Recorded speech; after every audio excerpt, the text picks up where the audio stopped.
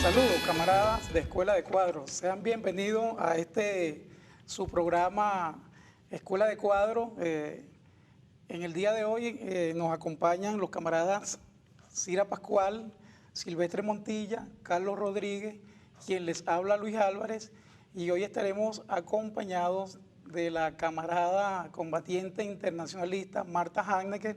En el día de hoy vamos a analizar uno de los documentos que se consideran clásicos desde el punto de vista del análisis marxista, que es precisamente un documento de Louis Althusser titulado Ideología y aparatos ideológicos del Estado.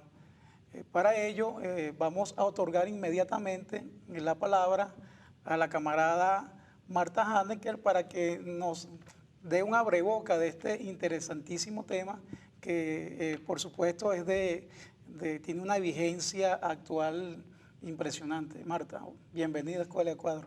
Gracias por haberme invitado. Yo quisiera hacer una breve introducción de quién es Althusser. Me parece que es muy importante porque no todos lo conocen. En la universidad lo conocen, pero se trata, ¿no es cierto?, una escuela de cuadros para mucho más gente.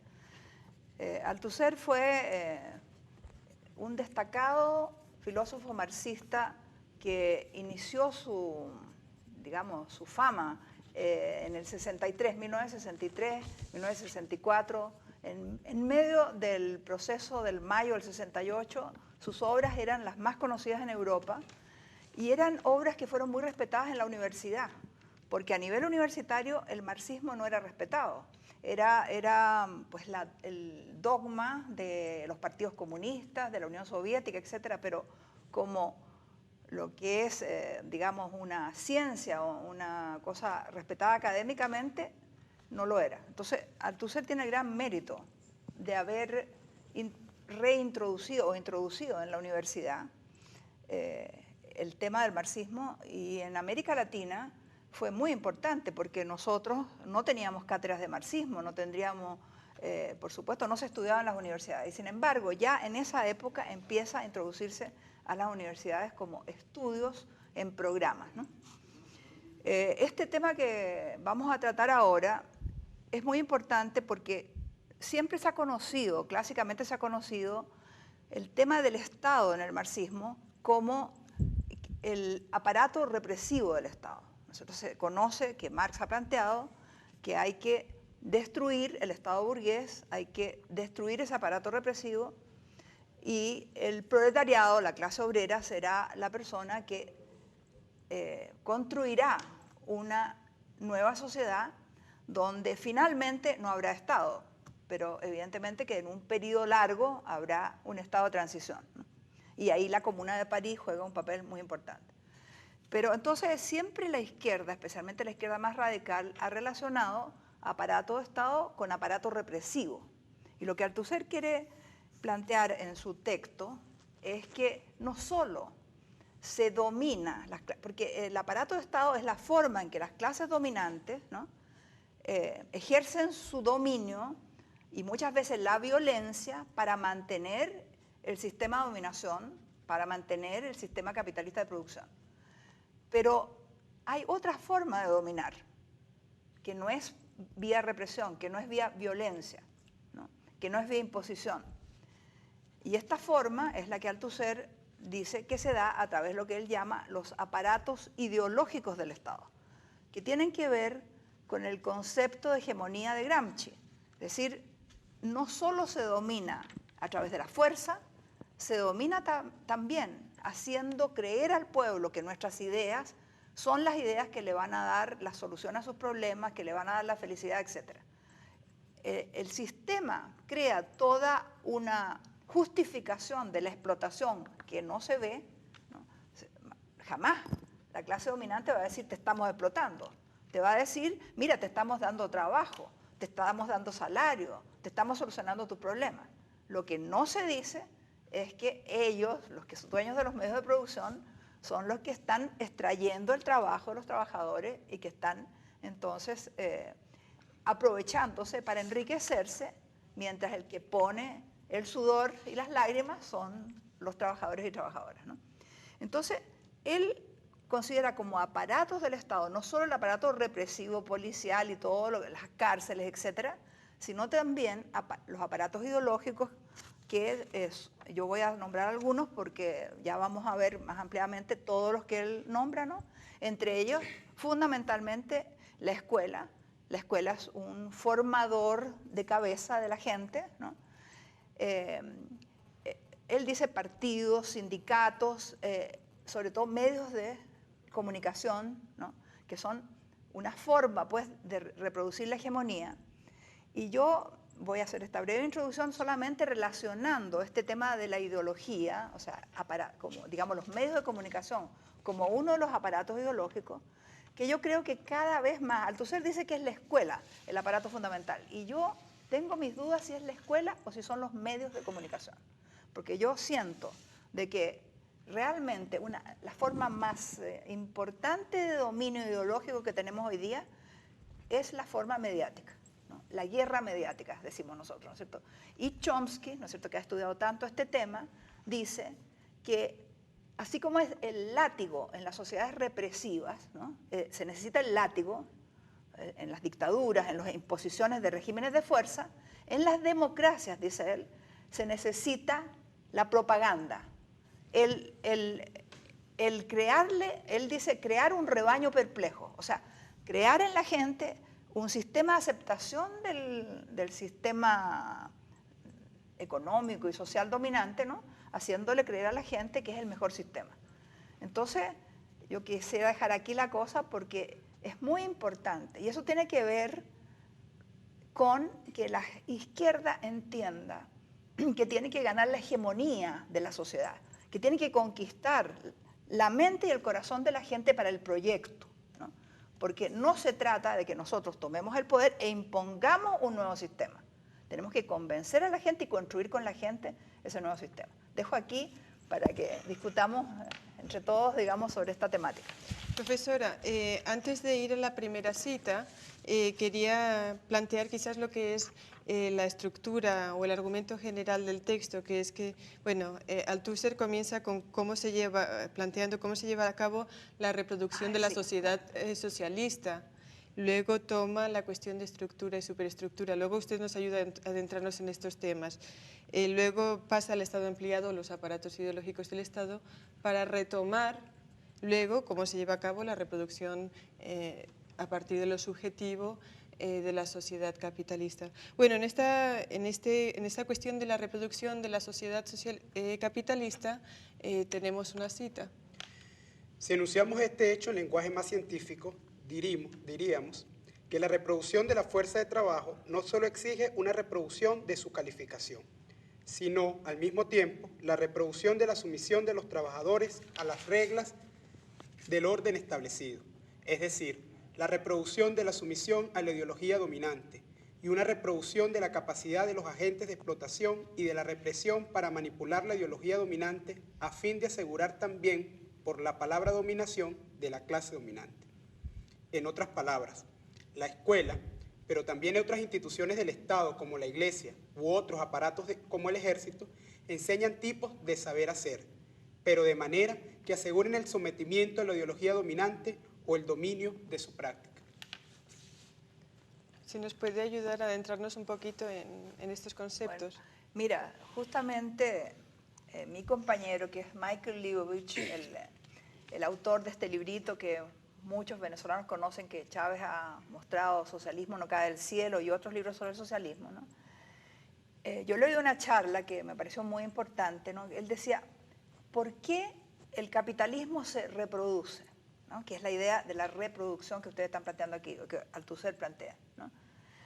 Y el capitalismo se reproduce no solo por el ciclo capitalista de producción, ¿no? Sino porque crea la clase obrera que necesita.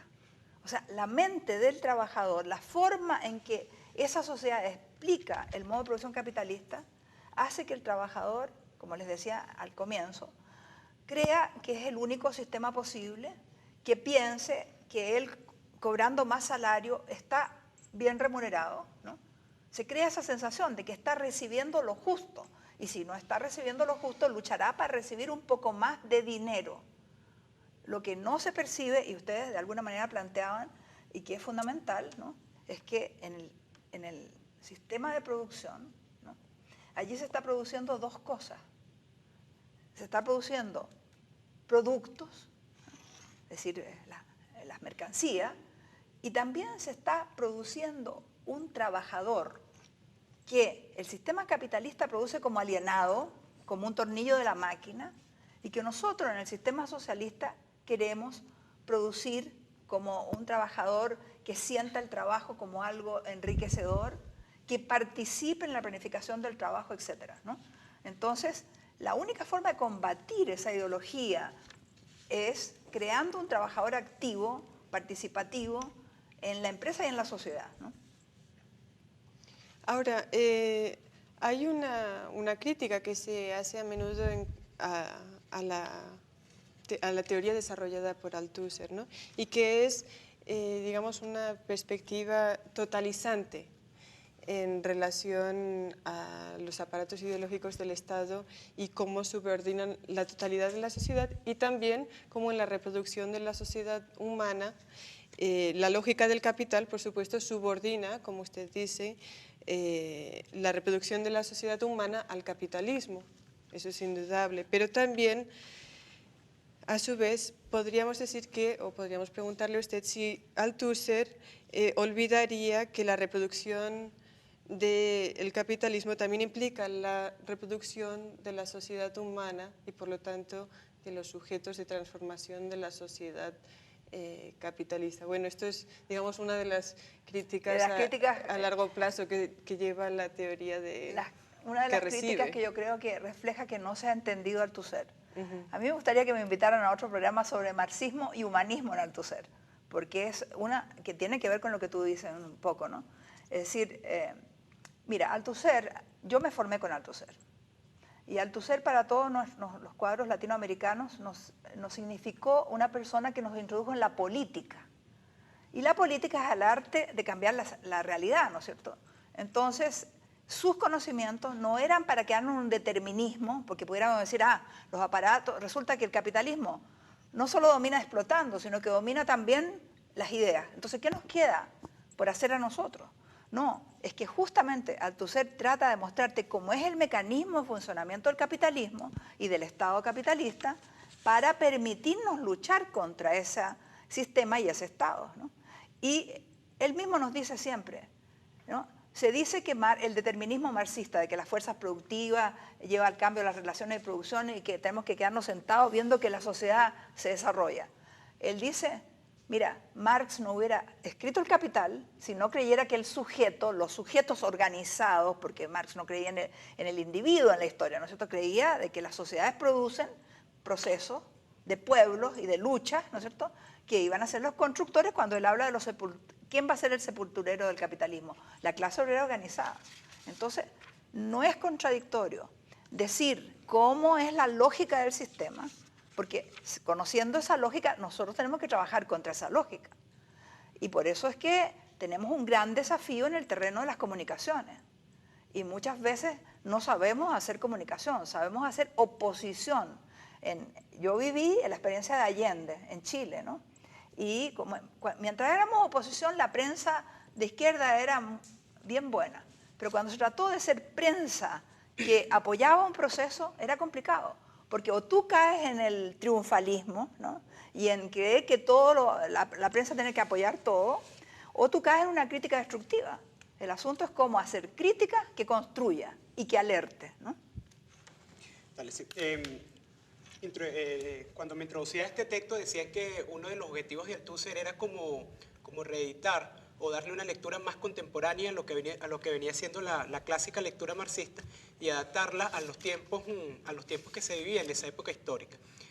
También una de las grandes críticas, ya decía usted, desde el determinismo, y me gustaría que nos explicara en algún momento, es sobre la concepción sobre la estructura y sobreestructura en Althusser y cómo se determinan ambas. Si bien la clásica lectura marxista nos dice que hay una estructura donde están los modos de producción y hay una sobreestructura donde se reproducen, donde están las relaciones de producción.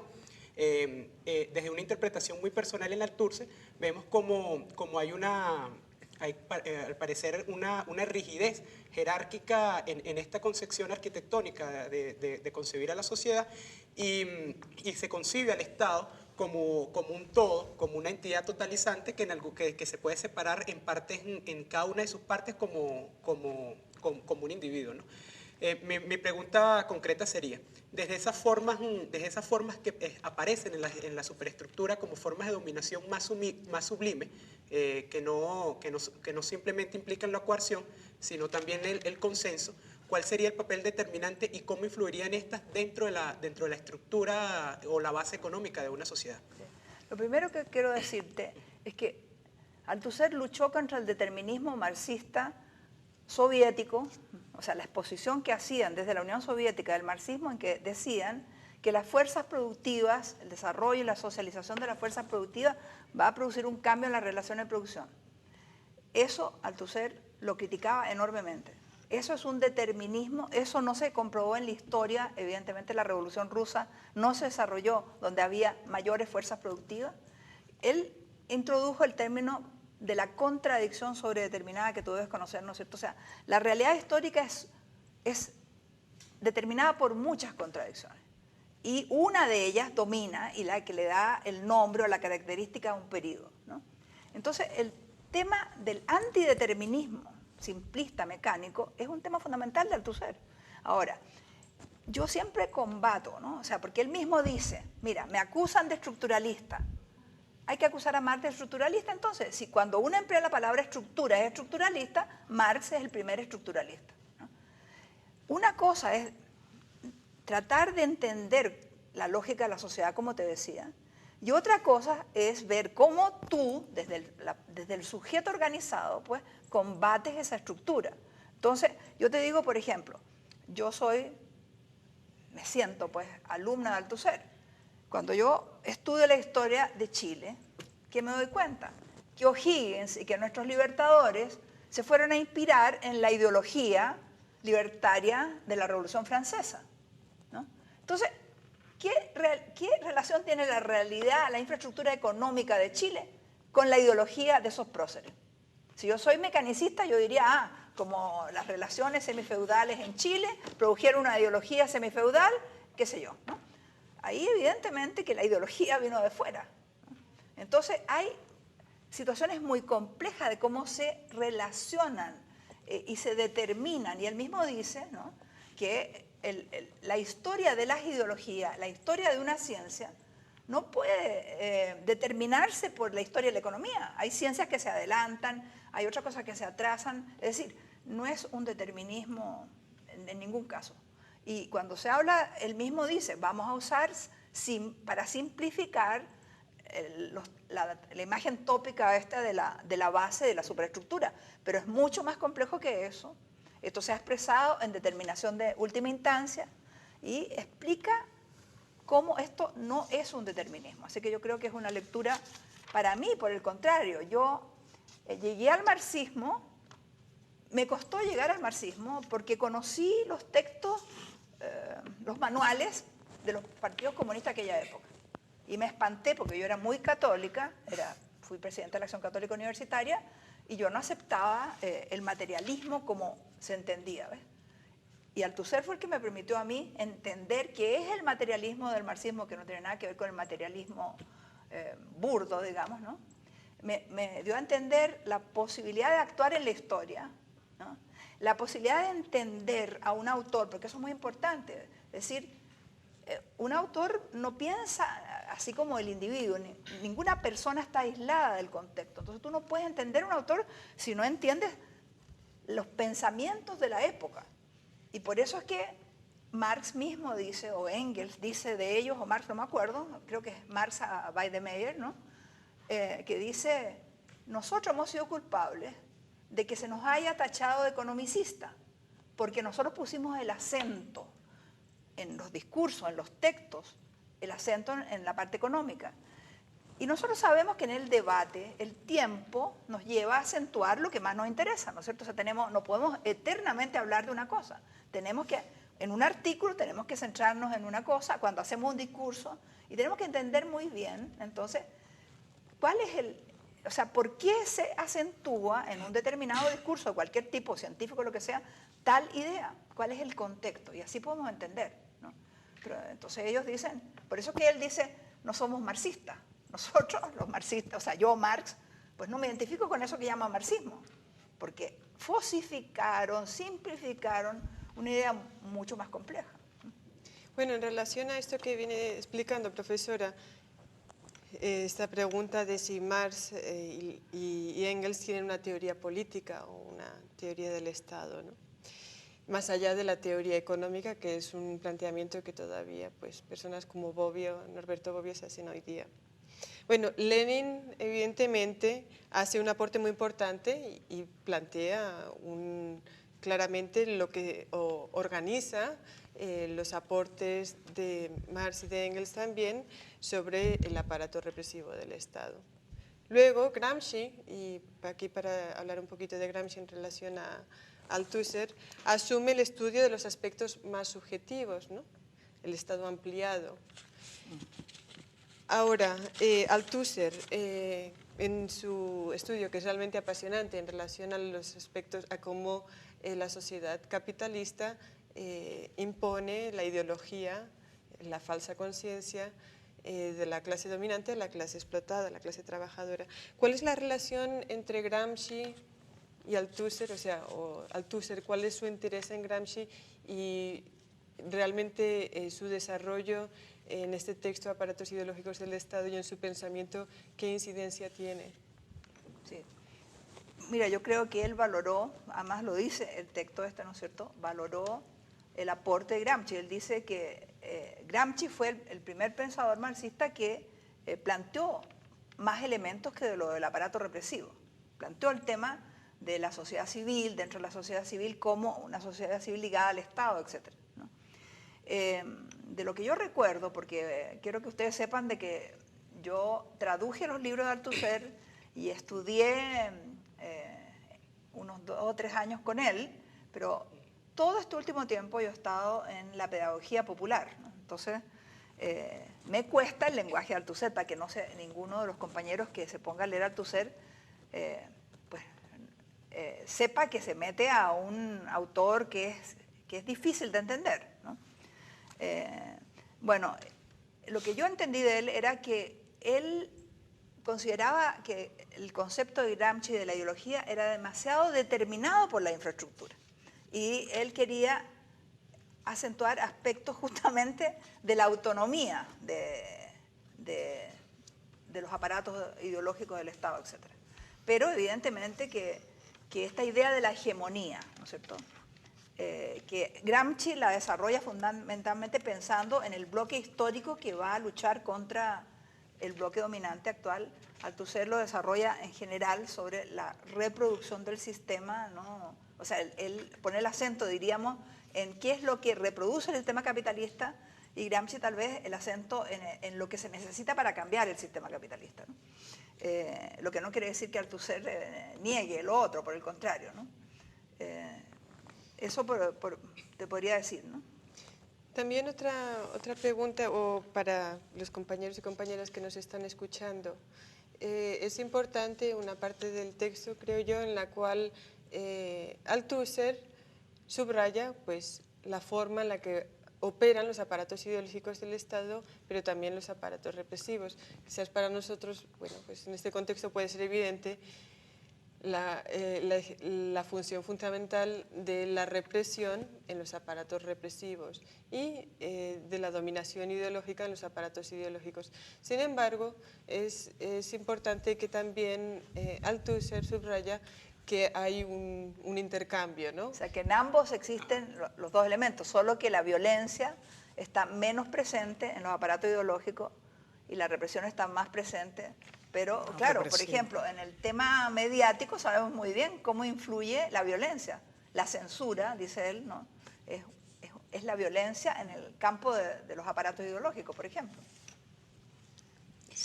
Sí, nos gustaría que a partir de su lectura sobre el TURSE nos hablara sobre la concepción del Estado que está presente en el TURSE y a partir también y a la luz de los procesos que vivimos en Latinoamérica y de su experiencia dentro de la pedagogía, entramos sobre el aparato ideológico y una de las formas más acabadas de ese aparato ideológico que es la universidad como centro formador o la escuela como centro formador de los perpetuadores de un sistema dominante. Me gustaría dos cosas. La primera, la definición de Estado, de la concepción de Estado, que según su interpretación se encuentra en el TURSE. Y la segunda, la necesidad de procesos de emancipación, como los que vimos en Latinoamérica, de trascender a las viejas formas de escuela como esencia misma o como expresión de ese aparato ideológico del Estado. Bueno, yo creo que ya hemos hablado de la concepción del Estado en el sentido de un aparato represivo y un aparato y aparatos ideológicos, ¿no? Yo en el librito que yo tengo donde desde mi formación altuseriana en los conceptos elementales del materialismo histórico, que es el primer libro que yo escribí, ¿no? Ahí yo planteo también de que hay lo que se llamaría el aparato técnico-administrativo, ¿no? Y yo digo de que Marx y Engels, cuando plantean la necesidad de destruir el Estado burgués, están pensando en el aparato represivo, en las Fuerzas Armadas, la policía, etc. Pero que evidentemente hay un aparato técnico-administrativo, por ejemplo, suponte tú, los censos, las bases estadísticas que te permiten administrar el Estado, que no se van a destruir. No sé, se van a mejorar, las estadísticas se van a hacer estadísticas que sean cifras que revelen la realidad, no como el Producto Interno Bruto, por ejemplo, tendremos otra forma de medir el rendimiento nacional, etcétera. Pero bueno, nos aprovechamos de datos que existen, ¿no? Tú me decías... la educación superior, la universidad. por favor, sí. Sí, el tema de la educación es fundamental porque las clases dominantes tratan de convencernos de que ellos son neutros y que nosotros somos los que queremos ideologizar o politizar la educación, ¿no? Cuando nuestra lectura es de que, claro, como son siglos de funcionamiento capitalista, esa ideología que empezó con la Iglesia, ¿no es cierto?, que catequizó a nuestros indígenas y los convenció de toda una visión del mundo, se va introduciendo y, bueno, después el liberalismo burgués, etcétera, en el sistema educativo que empieza desde el niño, ¿no es cierto?, a que al niño le enseñan, bueno, tú tienes que valerte por ti mismo, tú tienes que competir contra otros niñitos, tienes que ganar la cosa, un sentido de competencia y de individualismo enorme, ¿no? Y eso se traduce pues en los valores que se plantean en la escuela y en las universidades, que es más evidente, porque las universidades empiezan a ser funcionales al sistema capitalista. Y aquella universidad que nosotros estudiamos, bueno, yo estuve en la lucha por la reforma universitaria en Chile, ¿no? Todavía en ese momento nosotros hablábamos de valores universales de la universidad, de una cosa humanista, pero realmente después las universidades se han transformado en productoras de fuerza de trabajo calificada para el sistema capitalista. Y entonces, ¿cómo se financian las universidades? El Estado ya no tiene dinero para financiarlas, entonces ¿quiénes las financian? Las empresas. Entonces, por supuesto que la empresa va a financiar las carreras que interesan. Entonces, carreras más humanistas, historia, filosofía, sociología, muchas veces son carreras que no tienen financiamiento ni posibilidades porque no son de interés, o si será lo de sociología, o que eso sería las relaciones humanas, la forma empresarial de gestión, etcétera, etcétera, ¿no? Entonces, hay que entender de que, digamos, demistificar, pues, no hay formación neutra. La formación, los valores, están relacionados con el proyecto de sociedad que queremos construir. Si todos estamos dispuestos a construir una sociedad humanista, solidaria, ¿no?, en que la distribución de las riquezas sea justa, no vamos a tener problemas con los currículos ni con las formas de educación. El problema es que hay dos proyectos de sociedad seguramente. Ahora, una cosa es que haya proyectos de sociedad distintos que se reflejan en la universidad y otra cosa es cómo los implementamos. Y ahí es donde el concepto de hegemonía a mí me parece fundamental. Yo creo que tenemos que ganar nuestras ideas, ganar a las universidades para nuestras ideas, ganar a los estudiantes para nuestras ideas, ¿no? Es difícil, Porque de la cultura heredada que tenemos, y en Venezuela más todavía, que es una cultura no solo la universal, individualista, consumista, sino rentista. Esa cultura rentista es impresionante como, bueno, forma la cabeza de la gente.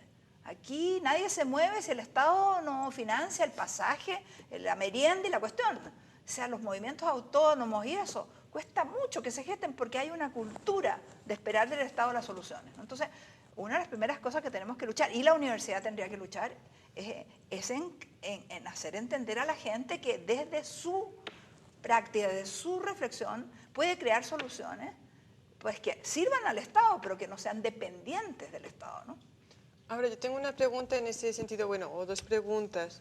La primera, en relación a lo que dice el camarada Silvestre, es que, bueno, Althusser plantea que los aparatos, dentro de los aparatos ideológicos del Estado, pues representan los intereses fundamentalmente de la clase dominante, pero también existe la posibilidad de que a lo interno se dé la lucha de clases, ¿no? Entonces, los aparatos ideológicos no están totalmente cerrados, aunque representan un carácter de clase dominante. Y luego, entonces, si nos pudiese ayudar un poquito a comprender cómo se puede dar esa lucha de clase a lo interno de los aparatos ideológicos, y por ejemplo con el compañero que lleva a cabo, o que es entre muchos compañeros y compañeras, una de las personas que está luchando dentro de la Universidad Central para impulsar procesos de transformación. La otra pregunta que yo tengo en relación a los aparatos ideológicos del Estado es, bueno, pregunta o planteamiento, es los medios de comunicación, retomando los medios de comunicación, tenemos que comprender que los aparatos ideológicos del Estado incluye escuela, medios de comunicación, religión, familia, etc. Ahora, medios de comunicación en un Estado que todavía es burgués, el Estado venezolano, todavía no hemos dado el salto a la sociedad socialista, entonces vivimos bajo un Estado burgués, por lo tanto los medios de comunicación, tanto privados como públicos, tanto BTV como Globovisión, son aparatos de un Estado que todavía no se ha desmontado, que todavía no hemos logrado destruir. Entonces, allí, digamos, afinar o ayudarnos a comprender cómo lo que es teóricamente público y lo que es teóricamente privado en los aparatos ideológicos tiene una función para la reproducción del sistema hegemónico. Bueno, mira, creo que hay que aclarar, ¿no es cierto? Althusser dice, mira, yo hablo de aparatos ideológicos del Estado y no estoy significando que sea el Estado el propietario de esos aparatos, ¿no es cierto? Puede haber, dice él, aparatos ideológicos privados, eso es importante, que están reproduciendo las ideas de la clase dominante, ¿no? Eso ocurre, evidentemente, en los regímenes anteriores, diría yo, a gobiernos que tratan de caminar hacia otro proyecto. Es muy importante eso porque yo creo que no tenemos que olvidar que en nuestros procesos de transición que estamos viviendo en América Latina, nuestras transiciones parten de ganar el gobierno, que es una parte del Estado. No definí el Estado, perdona. Claro, el gobierno es una parte del Estado. Hay otras partes, poder ejecutivo, judicial, elementos que están en la reproducción del Estado, pero que están fuera, poder económico, poder mediático, ¿no? Y nosotros empezamos esta transición, y por supuesto el ejército, ¿no? Entonces, por eso que el presidente Chávez distingue entre lo que pasó en Chile y acá. Él dice, Allende trató de ir por la vía pacífica, desarmada, no contaba con el ejército. Nosotros estamos avanzando por la vía pacífica, pero es una vía armada, cuenta con el ejército, una parte. O sea, en Venezuela está el gobierno como parte del Estado y está el ejército que apoya a Chávez y se van conquistando los otros espacios, digamos, democráticamente a través de elecciones, ¿no es cierto?, el Parlamento, gobernaciones, alcaldías, etc. Eso, pero entonces, ¿qué digo yo? Que tenemos que entender de que el gobierno hereda este aparato y nuestra vía pacífica implica ir transformando, haciendo este instrumento, cumplir tareas que permitan la creación de la nueva sociedad, pero sobre todo que permitan la gestación de un nuevo tipo de Estado, de sistema político, si se quiere, para hablar de Estado, desde abajo. Entonces, tienes una doble función del Estado. Es casi como crear su propia desaparición, ¿no?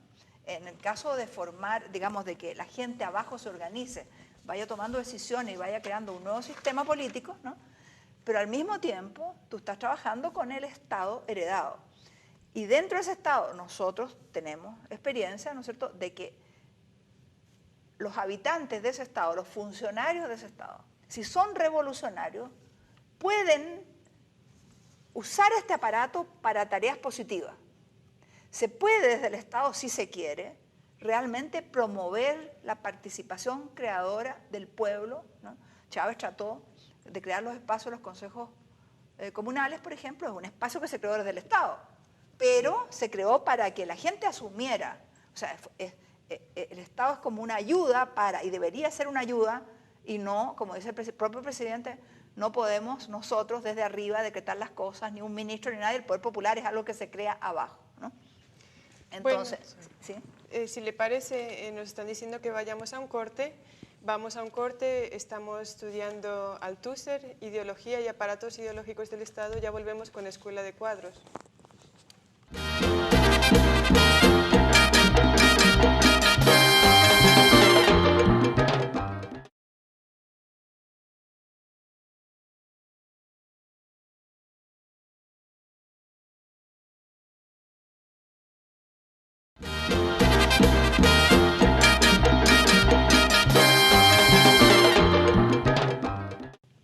Estamos de vuelta con su programa Escuela de Cuadros. Hoy estamos analizando un texto de Louis Althusser titulado Ideologías y aparatos ideológicos del Estado.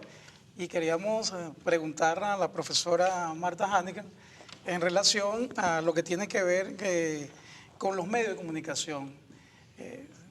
De todo es sabido que indudablemente que los avances en el campo de la ciencia y la técnica inciden directamente en lo que tiene que ver con el desarrollo de esos aparatos ideológicos de dominación, y que por supuesto en el caso de Venezuela yo quisiera que usted nos hablara concretamente de lo que sucedió el 13 de abril, porque el 13 de abril hubo un intento velado por tratar de manipular a la población con el denominado silencio mediático, pero sin embargo este pueblo de una manera espontánea y mayoritaria trascendió ese cerco y rescató el hilo constitucional. ¿Cómo opera allí la visión de Althusser en relación muy concretamente al 13 de abril? Bueno, ya habíamos hablado en la primera parte de este programa, ¿no es cierto?, de que no había un determinismo absoluto, es decir, digamos, evidentemente los medios, la parte mediática, los medios de comunicación son una institución que permite la reproducción de la ideología dominante que heredamos, ¿no es cierto?, en este proceso. Pero eso no significa que eso sea absoluto, porque en los procesos de transición justamente se da la lucha entre lo viejo y lo nuevo, ¿no? Entonces yo no diría, como decía Cira, que los aparatos ideológicos es lo mismo Globovisión que la televisión Canal 8 o que Vive TV. O sea, una cosa es hablar de que hay aparatos ideológicos, está diciendo Althusser, mire, fíjense, la reproducción del sistema capitalista se hace no solo reproduciendo la explotación de los trabajadores, sino también con estos aparatos que reproducen las ideas y hacen que la gente piense que ese es el sistema ideal. Pero evidentemente que hay otros elementos que influyen en la forma en que la gente piensa, y uno de los elementos es una práctica real distinta. Y yo te podría decir, antes de decir, el 11 de abril la gente contrastó, pues, o sea, una cosa era lo que los medios decían y otra cosa era la que la gente sentía de Chávez, ¿no es cierto? Había habido una cercanía del presidente a su pueblo que eso no lo podían negar los medios. Entonces, el pueblo reaccionó no guiado por los medios. Eso fue una de las cosas que sorprendió a la oposición. Que por lo demás, ¿no es cierto? Una de las cosas interesantes que pasa con los medios y la oposición es que como ellos inflan, decimos, ¿no? Dicen acá inflan en Venezuela. Como ellos inflan las cifras, autoconvencen a la gente que son mucho más grandes. La oposición es mucho más grande de lo que realmente es, ¿no? Y esas son las sorpresas que se llevan, ¿no? Entonces ahí ellos, seguramente, muchos de los sectores que ven Globovisión estaban convencidos de que iban a ganar, que era la mayoría aplastante, qué sé yo. Y se encuentran con esa sorpresa de ese pueblo, ¿no es cierto?, que salió a defender al presidente. Pero hay otro ejemplo que yo conversaba anteriormente con ustedes.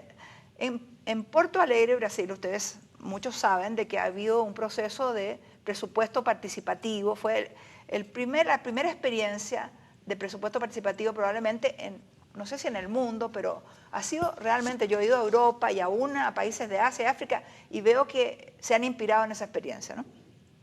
Y esa experiencia se dio con, digamos, los medios de comunicación estaban en manos de las clases dominantes, contraria al presupuesto participativo y al proyecto de gobierno del alcalde de ese momento, ¿no? Y sin embargo, la práctica, digamos, de delegar poder en la gente, una práctica de transparencia administrativa, ¿no? Y de llamar a la gente a pronunciarse sobre qué hacer con los recursos y llamarla en forma pluralista, invitando a todas y todos los que quisiesen participar, hizo que la gente tuviese una experiencia política práctica en que el mensaje contrario de la televisión chocaba con esa práctica. Y eso hizo de que el PT ganara en simpatía popular y disminuyese la oposición, ¿no? Entonces, no es fatal. Y yo siempre digo, no nos refugiemos, porque a veces nos refugiamos en que el enemigo es muy poderoso y nos quedamos con las manos cruzadas, ¿no? Yo digo, tenemos mucho que hacer. Mucho que hacer, primero, en ser creativos en el uso de los medios que tenemos, porque ahora tenemos medios en nuestras manos. ¿Estamos usándolos como hay que usarlos? ¿No? Bueno, esa es la primera pregunta, ¿no? Y la otra es, ¿somos en nuestra práctica diaria, social y política coherentes con el proyecto que estamos defendiendo? Porque no le echemos la culpa al empedrado, decimos nosotros, ¿no? Veamos cuánto nosotros tenemos de debilidades que hacen que la idea de ganar la hegemonía en la sociedad, nosotros a veces retrocedemos. Teníamos más hegemonía, el proyecto de Chávez tenía más hegemonía en el pasado que ahora. Eso todas las encuestas lo dicen. Tenemos que preguntarnos por qué. Y yo creo que no podemos decir los malos son ellos nomás. Tenemos que ver qué debilidades tenemos nosotros, ¿no? Y ese tema de la hegemonía, oye, por eso que me parece muy importante esto. La reproducción del sistema no pasa solo por la economía, no pasa solo por las armas, pasa por las ideas. ¿Y por qué? Yo siempre decía, ¿por qué se reacciona mundialmente tanto cuando nuestros gobiernos quieren que nuestra prensa sea más objetiva, sea una prensa realmente que informe a la gente, que no desinforme como la prensa opositora? ¿Por qué la reacción mundial? Porque le estamos tocando el instrumento de reproducción que ellos tienen, ¿no? Estamos en un periodo democrático, Chomsky lo decía, ¿no es cierto? El instrumento más importante, creo yo, es el mediático. Claro, si hay una invasión, una insurrección o qué sé yo, pasa la contradicción principal a ser otra. Pero en este momento, lo mediático, y le voy a decir que la democracia cristiana en Chile, cuando ganó Allende, para apoyar al presidente Allende, éramos un tercio, necesitábamos el otro tercio que, representado por la democracia cristiana, puso 3 condiciones. Una, no tocar el ejército. Otra, no tocar los medios de comunicación. Y otra, no tocar la educación. Ellos sabían muy bien qué era lo que reproducía el sistema burgués, ¿no?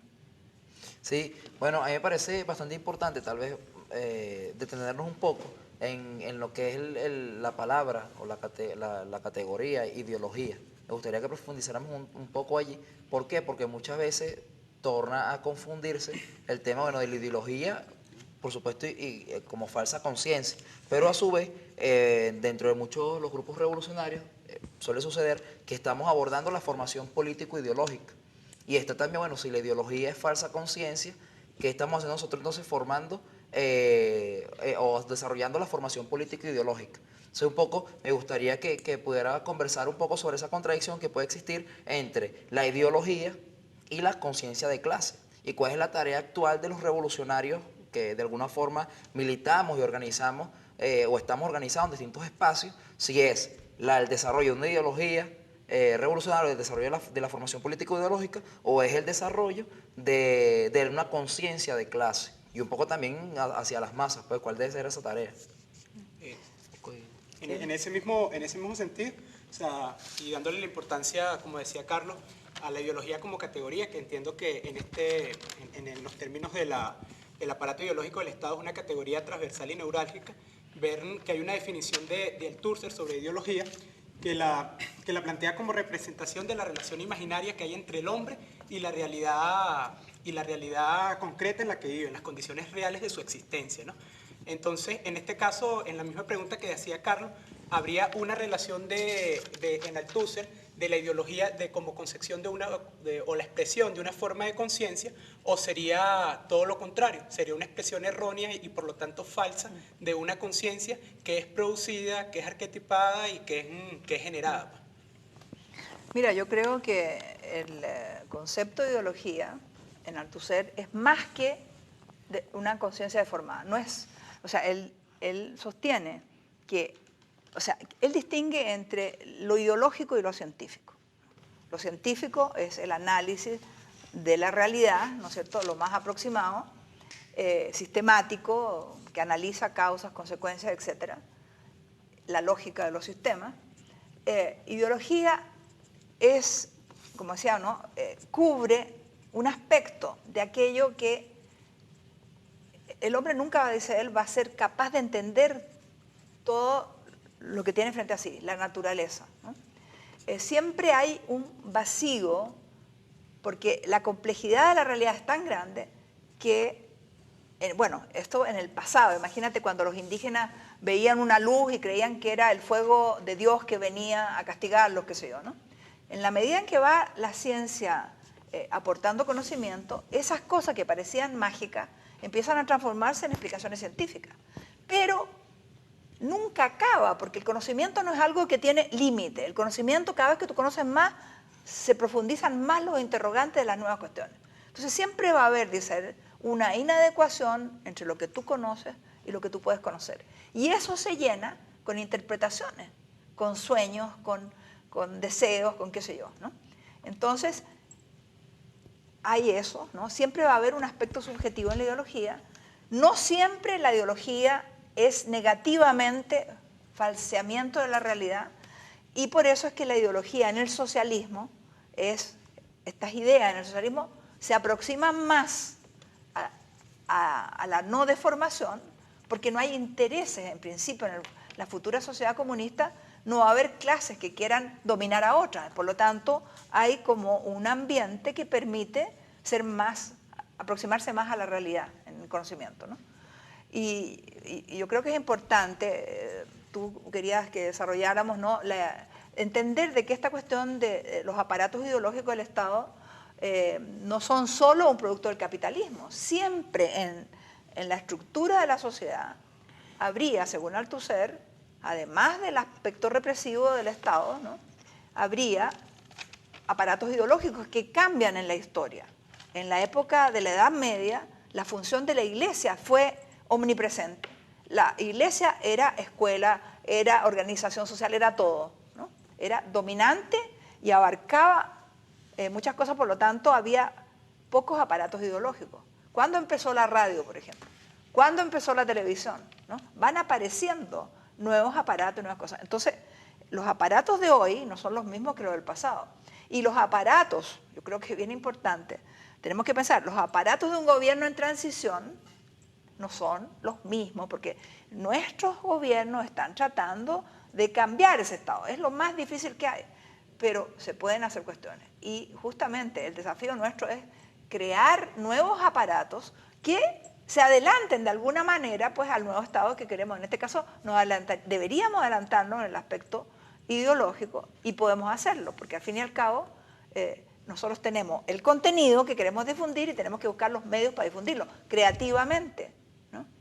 Y ahí está el papel, por ejemplo, que yo te decía, que es difícil que nuestros medios, es muy difícil ser, decía un alcalde, ¿no? Ser gobierno y estimular la lucha, porque nuestros gobiernos tienen ese gran desafío. Nuestros pueblos van a construir la nueva sociedad, nuestros gobiernos son facilitadores. Entonces, Álvaro García Linera, el vicepresidente de Bolivia, decía, hay una gran contradicción entre nosotros, gobierno de movimientos, ¿no? Que el gobierno tiene que ejecutar, tiene plazos, ¿no? Y los movimientos que tienen una necesidad de discusión democrática, etcétera, ¿no? Entonces, el gobierno tiene que entender que necesita los movimientos para interpelar, para golpear al Estado, ¿no? Para que se transforme, porque necesitamos la ayuda. Esta estructura es tan fosificada que desde el Estado solo, los gobernantes, los ministros, el equipo, etcétera, no puede. Necesita de un pueblo que presione. Y el Estado, los gobernantes tienen que entender que esa presión popular es positiva y no negativa, porque hay gobernantes que creen que cuando ellos llegaron al gobierno, el pueblo tiene que estar pasivo allí, sometido a las ideas brillantes que ellos tienen. Y no entender de que, por el contrario, este pueblo organizado nos va a ayudar a combatir. La Luisa Arondina decía, desde fuera tenemos que tirarle piedra a una imagen, ¿no? Ir horadando este aparato que le damos, ¿no? Eso yo creo que es bien importante, ¿no? Sí, bueno, precisamente, digamos, desde la crítica necesaria hacia la transformación de nuestra sociedad, vemos que hay una serie de problemáticas que se dan dentro del aparato ideológico del Estado como medios de comunicación.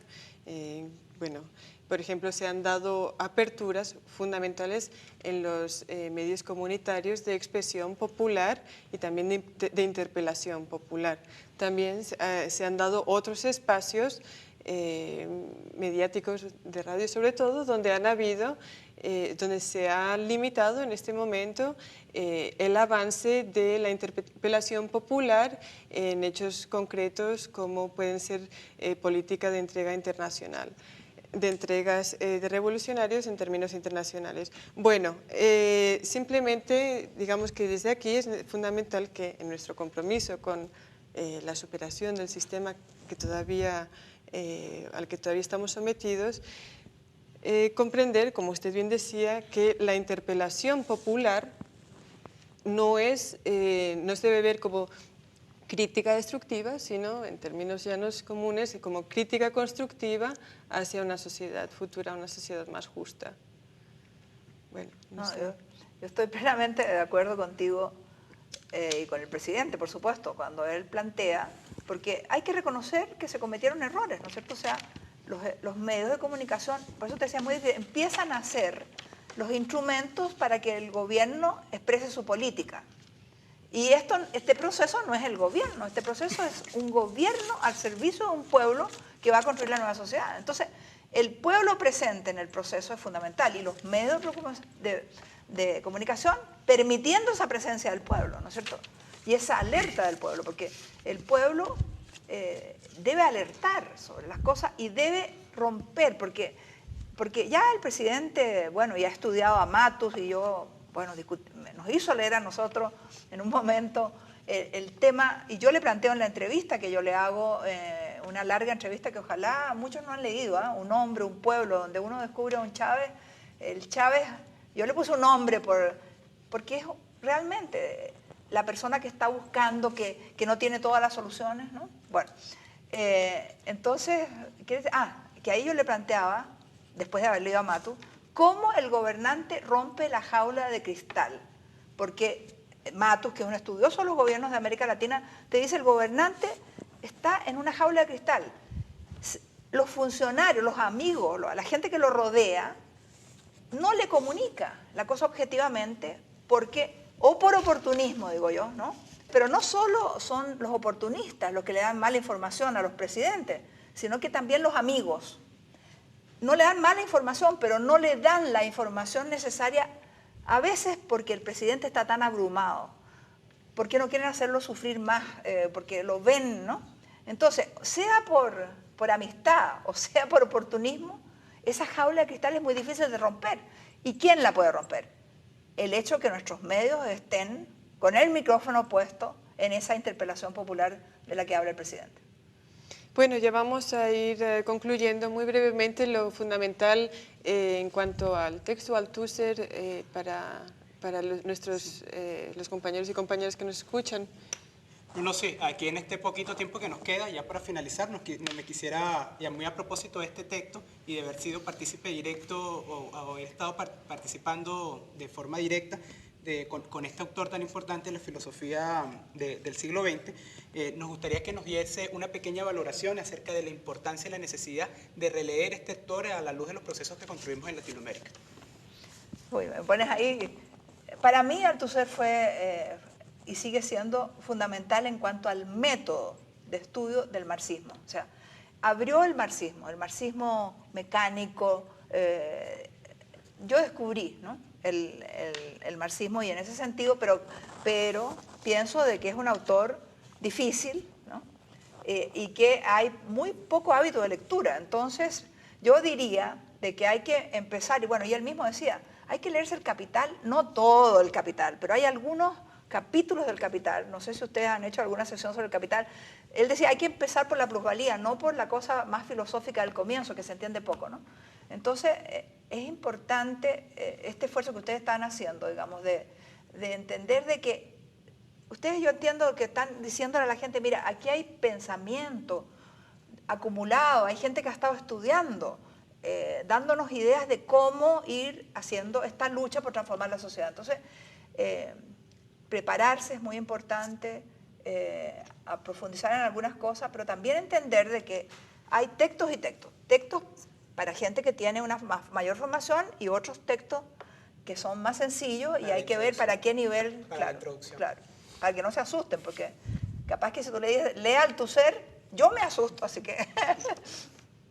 Bueno, y de esta forma hemos llegado al final de nuestro programa Escuela de Cuadros. Por cierto, el programa número 100, estamos de plaza. Ah, mira. Y con la profesora... ¿Y el cumpleaños? Marta Hane. Vamos a celebrar. Qué más oportuno. Agradecemos al personal que nos acompañaron en las cámaras. Recordamos a nuestros usuarios y usuarias que pueden bajar estos videos, estos programas a través de la página www.katiatv.org, y también pueden bajar el texto. Y los camaradas que quieran hacer contacto con nosotros pueden hacerlo a través de nuestro correo electrónico escuelacuadros@gmail.com. Desde acá de Escuela de Cuadros reiteramos nuestra invitación a todos los colectivos a seguir profundizando en el estudio para fortalecer de una u otra forma nuestra conciencia política, ideológica, que al fin y al cabo es el verdadero sustento que va a consolidar este proceso revolucionario. Hasta la victoria siempre, camaradas. Venceremos.